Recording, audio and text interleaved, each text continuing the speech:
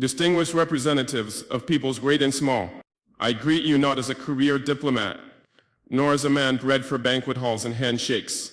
I do not come to you speaking the rehearsed language of polished politics.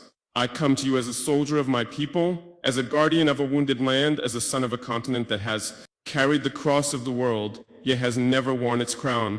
My name is Captain Ibrahim Traore, President of Burkina Faso, and today I speak not only for the 22 million souls in my nation, but for a continent whose stories have been twisted, whose pain has been ignored, and whose dignity has been repeatedly auctioned off at the altar of foreign interests. Africa is not Tobago. Africa is not a battlefield. Africa is not your experiment, your puppet, your warehouse of raw materials. Africa is rising not to kneel, but to stand.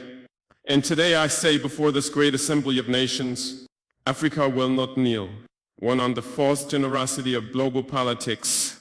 For decades you've sent us aid with one hand while extracting our lifeblood with the other. You build wells in our villages while your corporations drain our rivers. You donate vaccines yet patent the cures. You speak of climate action yet continue to fund the very forces that burn our forests and dry our lakes. What kind of generosity is this? The kind that feeds the mouth but silences the voice. The kind that keeps a man alive just enough to keep him dependent. We are not blind to this hypocrisy.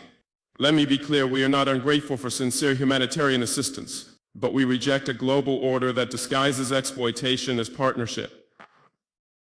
We reject financial institutions that lend with one hand and steal sovereignty with the other. Africa no longer wants charity. We want justice. We want control over our own destinies. Too on the chains of colonialism and its modern descendants. Our wounds did not begin with us.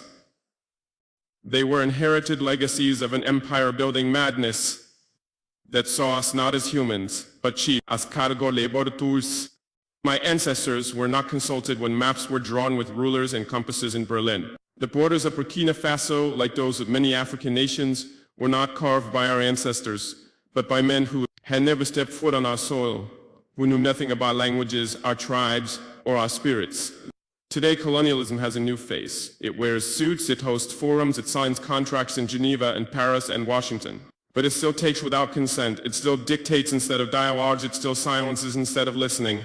If you want to talk about peace, then let's begin by unlearning the arrogance that peace is something only you can teach us. 3. On resource exploitation and the myth of development.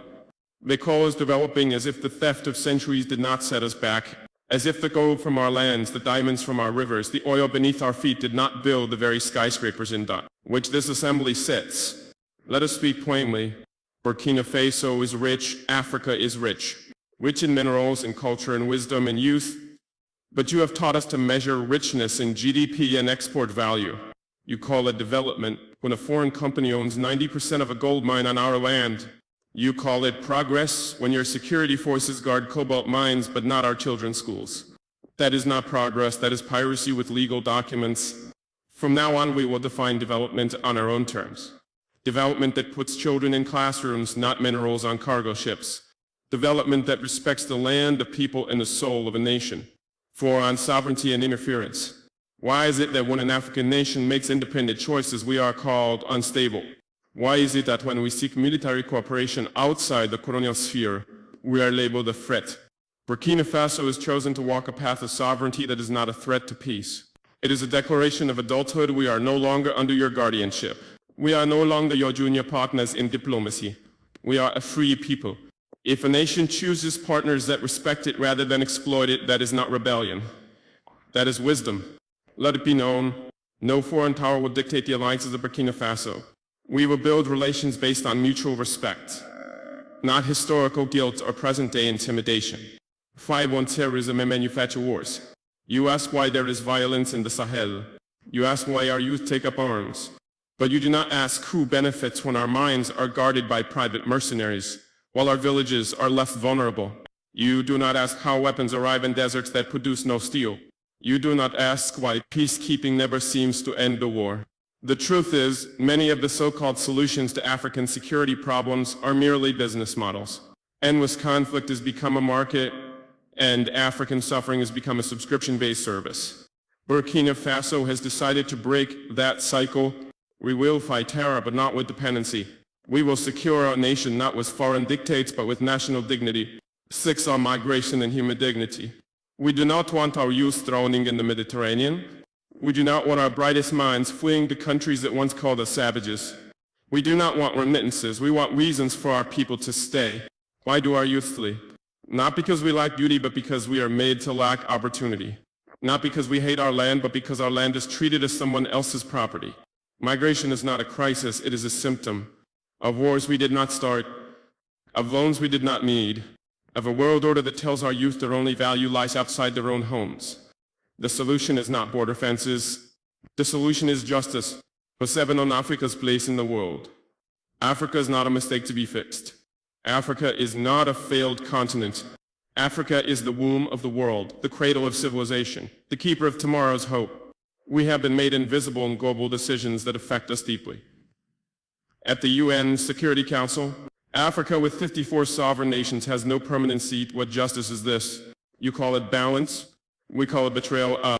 You speak of democracy, yet uphold a global structure where the powerful few veto the dreams of the many. We will no longer whisper in rooms where we deserve to speak with full voice. Aid on faith and spiritual dignity. We are a spiritual people. Before your cathedrals, our ancestors sang to the sky. Before your missionaries, we knew the language of the rivers and the laws of the sacred forest. Christianity came, Islam came, and we received them not as slaves but as seekers. But now we ask, will the church and the mosque stand with us, truly with us, when all people are displaced by greed, mosque as globalization? Will your pulpits echo our cries or only repeat the songs of the powerful? Faith, too, must be decolonized and must walk with the poor, not the privileged. 9, on unity among African nations. This is not a speech from one country. This is the stirring of a continent. You see Mali, Niger, and Burkina Faso forming a new bond. You fear our unity. Why? Because it threatens the myth that Africa can only rise under your supervision. We are uniting not to wage war, but to wage dignity, to pool our courage, to share strength, to protect each other when the world turns its back. Pan-Africanism is not a dream. It is our lifeline, and we will build it stone by stone, heart by heart, with or without your approval. 10, to the youth of Africa, to the young boy selling oranges by the roadside, to the girl who walks 10 kilometers to attend school, to the child whose only toy is a stone but who dreams of stars. You are the reason we fight. Do not believe the lie that your continent is cursed. You are the blessing. Do not envy foreign passports. Be proud of your name, your land, your roots. The world may not applaud you now, but the future will speak your name in honor. 11 final words we will not kneel. I do not come to declare war, I come to declare will. So we will not kneel to fear. We will not kneel to foreign banks. We will not kneel to outdated empires masquerading as friends. Africa is not asking for a seat at your table.